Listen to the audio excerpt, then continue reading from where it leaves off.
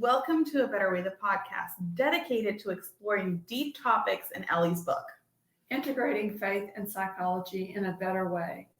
I'm Isa. And I am Ellie. Hello, everybody. I'm Ellie, and I'm here with my co-host, Isa. And today we are going to talk about a better way to create new holiday traditions. That is awesome. So we know how the holidays can be stressful. In the last episode, we addressed coping and tools and things that we can do to get ourselves more stable for the holidays. Now we're going to talk about traditions and family and all the things. So, Isa, I know a little bit about your background. You know a little bit about mine. But for those who don't know us, if you read my book, you'll know that she and I have a very similar background. But I come from a very dysfunctional family, very enmeshed, very closed ranks. And we have traditions that you had to do because they said so. Basically, how many of us have heard our parents say, because I said so? And many of our traditions were like that.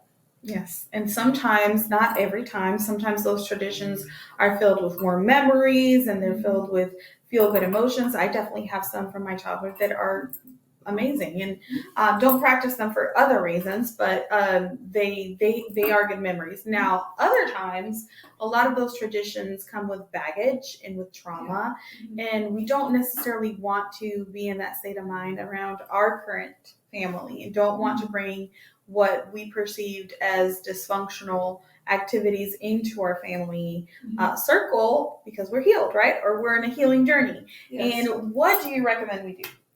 Well, so there's a lot of different things that we can do to break free from these dysfunctional family patterns. One of the very first things that we really want to focus on is setting boundaries early. I don't have to come to a holiday gathering that might have someone there that did some bad things to me. Yeah. And there's uncomfortable conversations as well. Sometimes the boundaries is not necessarily physical, sexual, or anything type of abuse, but sometimes we have relatives that like to dredge up our mistakes as teens. I know that you go and it's like you never outlived the crazy, wild teenage high school years, and they don't let you move past that. Like to bring that up with your new spouse, or those are boundaries too that need to be set in these scenarios, particularly when you have blended families too. That could be a problem where there might be a relative that constantly brings up your previous relationship and does that in front of the children. So boundaries are honestly anything that affects you emotionally in a setting, and that you decide this is an off-topic situation, this is not appropriate behavior, and that's what you address. That's what we call boundaries. If that's really, and we're going to get into that, but you can't force people to obey those boundaries or to follow those boundaries. You set the boundaries, and it's your responsibility to either enforce them or remove yourself from situations where those boundaries aren't being honored, right? Absolutely. So one of the things I ask my clients often is, who can you control? And many times I have people that will come and they'll say, but so-and-so did this, or my husband is doing this, and I need help. I need him to behave. But he's not in the counseling room. You are. And so we really want people to focus on what you can control. So that's tip number 2. First, set boundaries. And then second, very much like Isa was saying, you can set the boundary, but you can't control how other people are going to respond to them.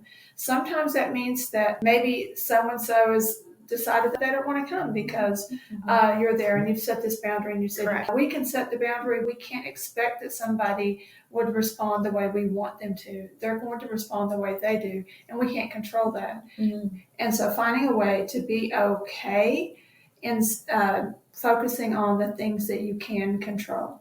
And giving yourself and people grace and understand that everybody's on their journey. You don't have to tolerate behavior that's affecting your mental health, but you also do not have to essentially go in fix-it mode for other people. That is not your responsibility. Your responsibility is to protect your environment emotionally and decide, do I rather have peace during this holiday season or just continue traditions that can be harmful for me and therefore my family?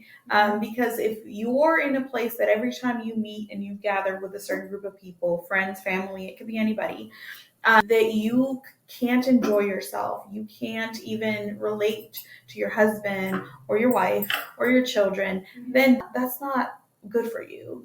The Bible, we talk a lot about leave and cleave. And it doesn't necessarily mean that from now on, I'm never spending a holiday with extended family. It's not that. It's just leaving and cleaving means you are your own family with your spouse and your children in this season. And it's okay to step away for your own sake, for the sake of your children, and bless people during the holidays, send gifts, send what you want, well wishes, maybe a short visit, but then say no, but Christmas Eve or Christmas Day or whatever tradition you want to follow moving forward that is yours and belongs to you and your family, and honor that. And people that truly love you and people that are truly in a healthy place will understand that. And people that are not, well, you don't want to be around that. That's the whole point. Absolutely. So the next one is really practicing gratitude. Studies have shown that when I'm grateful for things, and I practice that on a daily basis, and a gratitude journal every day, or waking up in the morning and the very first thing is listing some of the things I'm grateful for. That helps us shift our attitudes from the negative to the positive. It helps us remind us what we have to be grateful for. And maybe there are people in your surroundings that you really don't want to be connected with. And you can kind of get the focusing what you can control and setting boundaries. And you can also look at, even though I choose that I want to be in the family environment with this other person, I can be grateful for the fact that I have the ability to walk out the door anytime I feel triggered or anytime I respect, but I can still choose me, and I can have gratitude for that control over myself. Yes, and then it goes back to what I was saying previously with the focus on what you can control. You can still love your family. You can choose to what is your comfort level of what you practice in regards to these traditions, and be grateful for that. Show them gratitude too. Not only be grateful and know that you're grateful for the things, but be grateful to people. It's like so grateful for the memories we had, the good ones. But right now I'm in a new season of my life, and I want to focus on this season of my life and just do it with, I think grace is the thing. It's gratitude and grace. Just be graceful about it. Again, being nasty, being essentially what you're trying to fight isn't going to change a person. In fact, being honoring of your boundaries and honoring of your mental health might make people reflect. Yeah. We go on? Yes. We're going to talk about engaging in self-reflection. So, we look at other people as kind of the cause of all of our problems. And maybe some of my needs haven't been met. Maybe I'm hungry. We do those big holiday meals, right? And we get up and I want to eat more. And what happens when we're hungry is sometimes we get a little irritable. Yes. And then we get hangry. Correct. The Snickers commercial. And we maybe turn into a different person. And so engage in self-reflection. Is this about something that I've done? Have I spent too much money and now I'm taking it out on the kids? Have I gone without eating and now I'm going off on my mom? Or Not only that, I think self-reflection is too, even those triggers and those boundaries. Why do I have those boundaries? Am I really in an unsafe place? Or have I not dealt with things that other people that are not even in the room, it's not even with my family, and I haven't dealt with these triggers? Because correct me if I'm wrong, you are responsible, yes, for setting boundaries, and we're responsible for voicing our triggers, but sometimes we're just responsible for ourselves and that self-reflection of like, why am I being triggered? I need to go to therapy. I need to figure out how to desensitize that trigger, right? Not my emotions, not myself, just not give external forces so much power over my well-being. And that's what self-reflection is. So if you take time and say, this holiday season, I think I'm going to spend it on my own, not to be resentful, not because my family is the problem. No, I'm going to figure it out. I'm going to figure out, does my mood actually change when I'm on my own doing these things that I believe are better new traditions? Or am I still carrying these patterns? Because that could happen. Yes, you might be thinking, oh my gosh, I'm always in a bad mood when I go have Thanksgiving with my aunts and my cousins. And it's just, they're terrible. but then you remove yourself, right? Because the boundaries weren't set, or you're not in a position to create boundaries in somebody else's house. And you remove yourself, and then you start realizing, oh, I still woke up in a funky mood. And then it could be that thing, I'm not eating right, or I'm not. Anyways, self-reflection. Yes. One final thing about self-reflection. Sometimes I have people that will come through the door and they'll talk about, she did X, Y, and Z, and Bobby, he did X, Y, Z, and start listing all of these relationship patterns. And I stopped to encourage reflection. Could the problem be some things that you haven't dealt with in you? Yeah. So sometimes the problem is us, and us too. Not speaking that for you, I'm also speaking for myself. Yeah, absolutely. Yeah. It's something that I've had to do self-reflection in my life.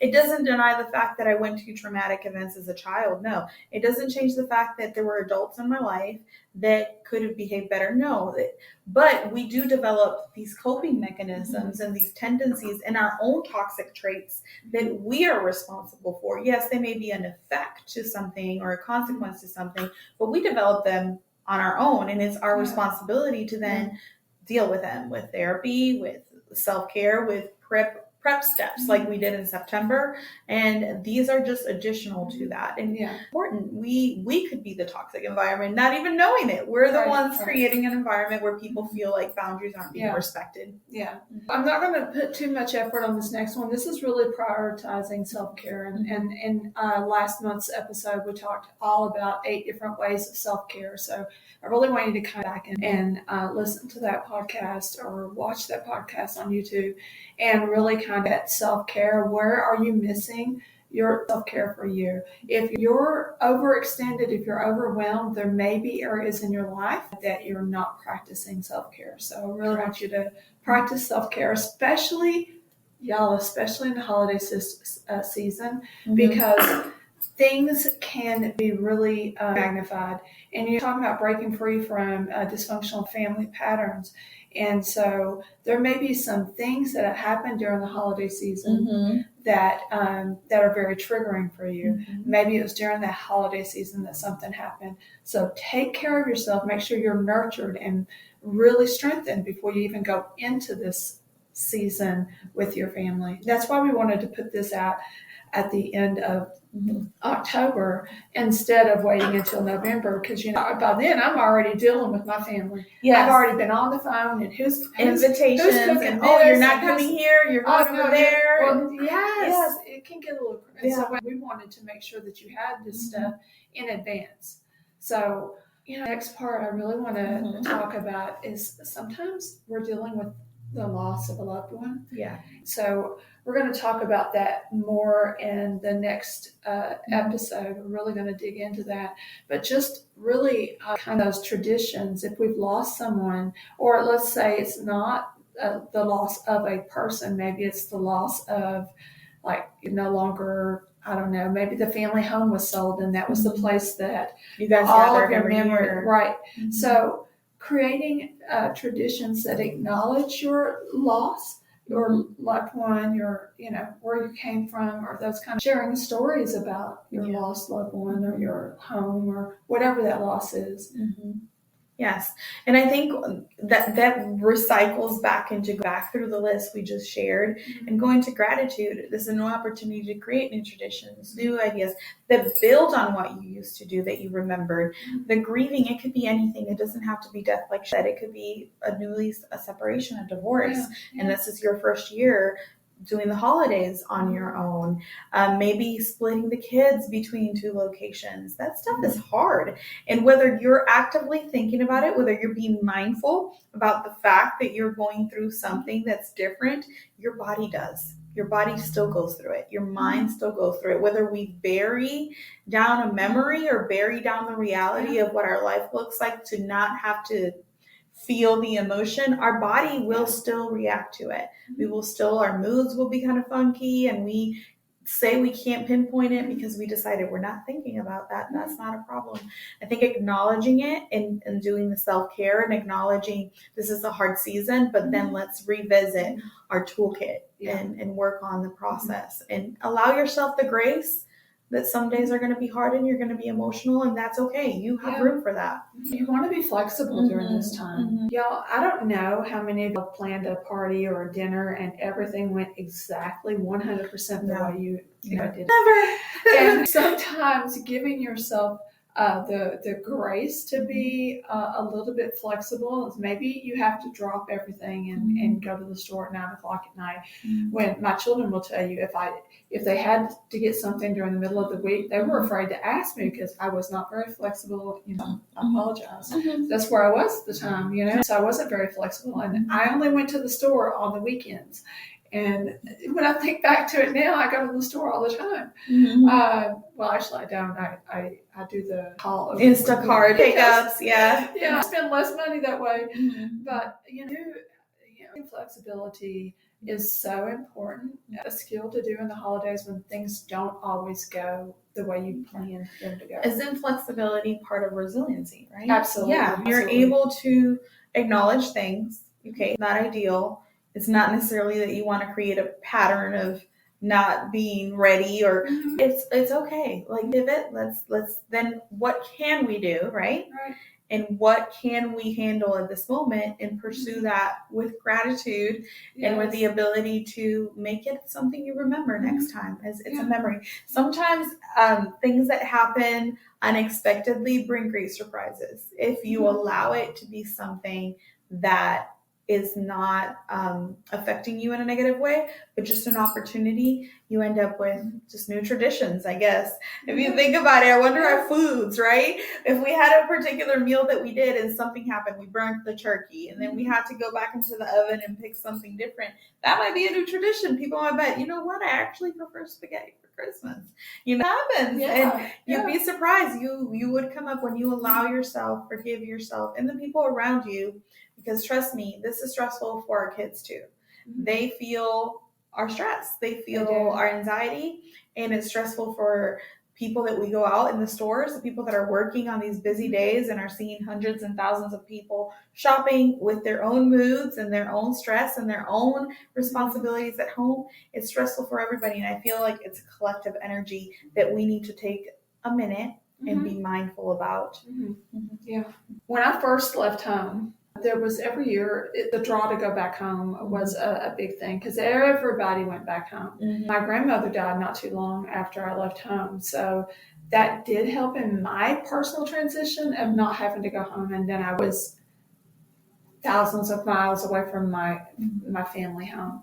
And the things that I had to do is I had to create new traditions for my family. And so really reflecting on what about the growing up, because there's a lot of good memories. It's hard when I come from a dysfunctional family and I had some bad things. I want to, throw out the baby with the bathwater, which I don't even know where that came from. Now, what it was that was important to me, that memories that were so important to me, what about them made them important? I did find one thing. So I was born on Thanksgiving. Did you know that, Issa? I did not know that. Yeah. So because, I don't know whether it was because my mother didn't want to be a bother, and so she didn't want to put any kind of undue stress on the family, so she would just have my birthday party after the Thanksgiving meal. Who wants to eat cake? Guys, y'all want to eat cake after Thanksgiving meal?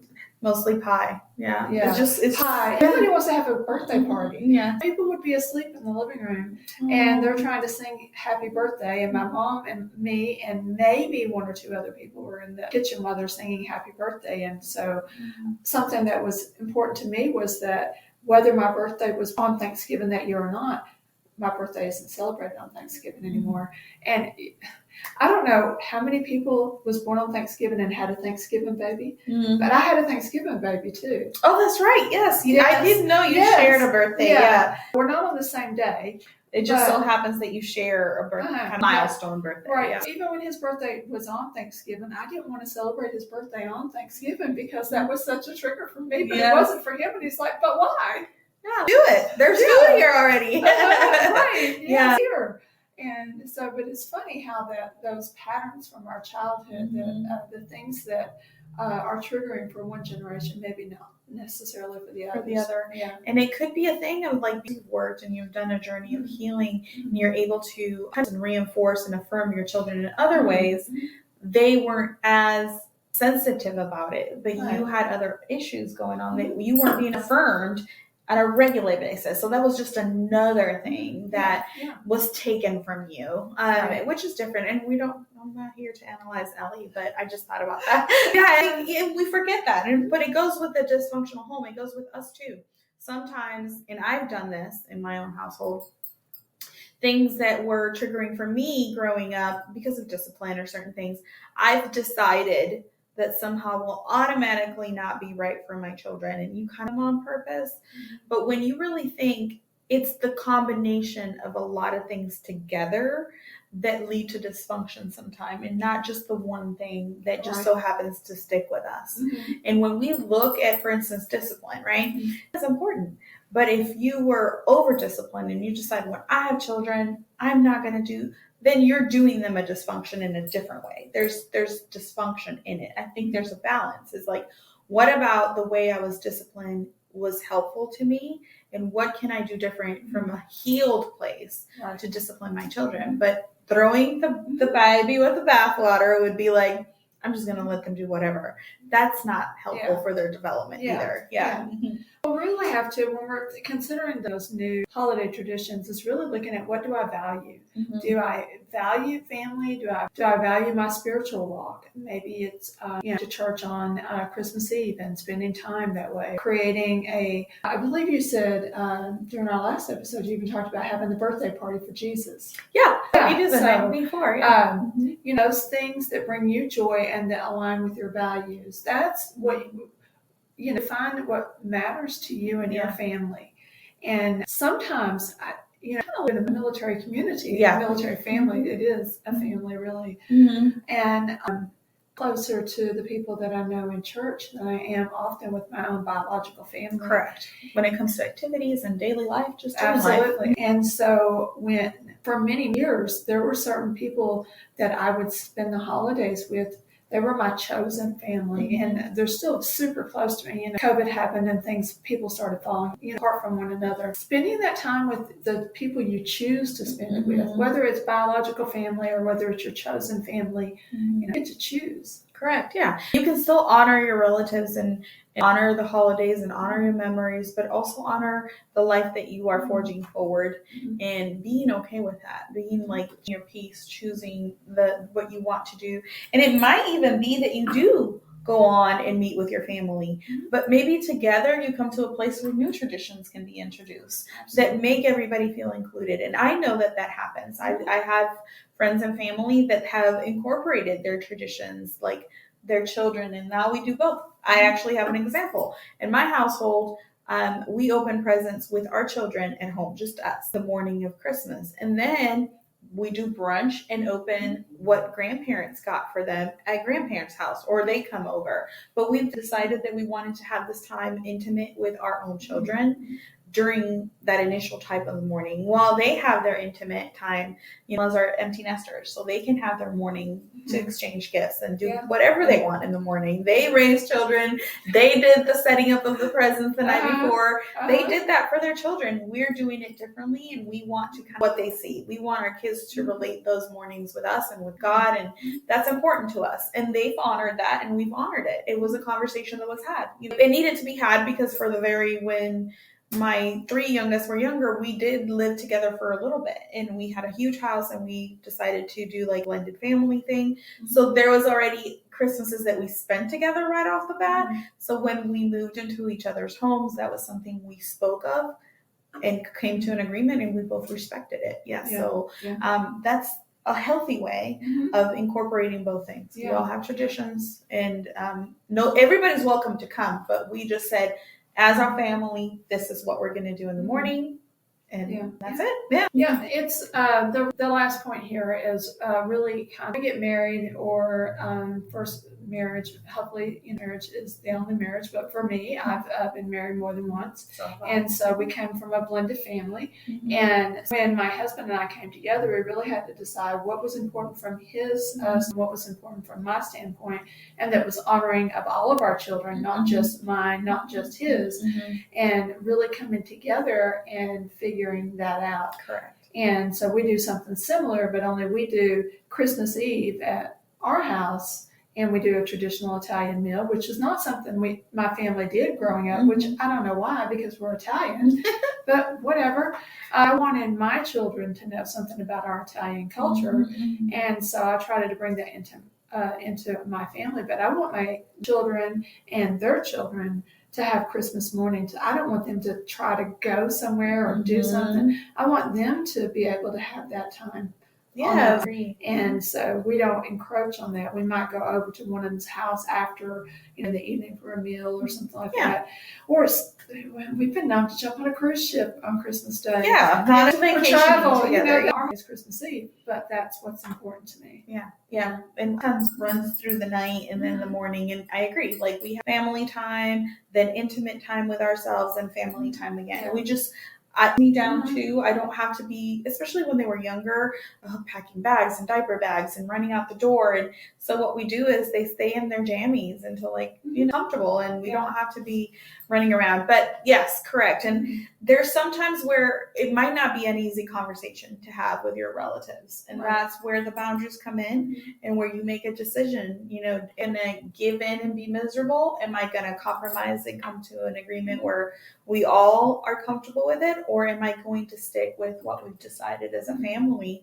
At the end of the day, you will and you are responsible as an adult for your well-being, your emotional state, and you need to learn what that is for you in that season. It doesn't excuse bad behavior because we haven't dealt with trauma. I'm not saying that we have to, but it does give you time to say, look, I don't know how I feel about even Christmas at this time. And I might be grieving the loss of somebody, and I just don't want to celebrate. I'm not in a place where I can even do that. Just commit to working it through, allowing you that grace this season, communicating this adequately with the people you love and that love you, so it doesn't become like they're the problem or you're even the problem. It's just a season. Right. Communication is so important. And as we wrap it up, about a better way to create new holiday traditions. And clients talk to me about what is normal, or are they normal? Who's normal in the population? So there is no real normal. We all come from families that had some functional moments and probably had a lot of dysfunctional moments, or some, maybe just a few minor dysfunctional moments.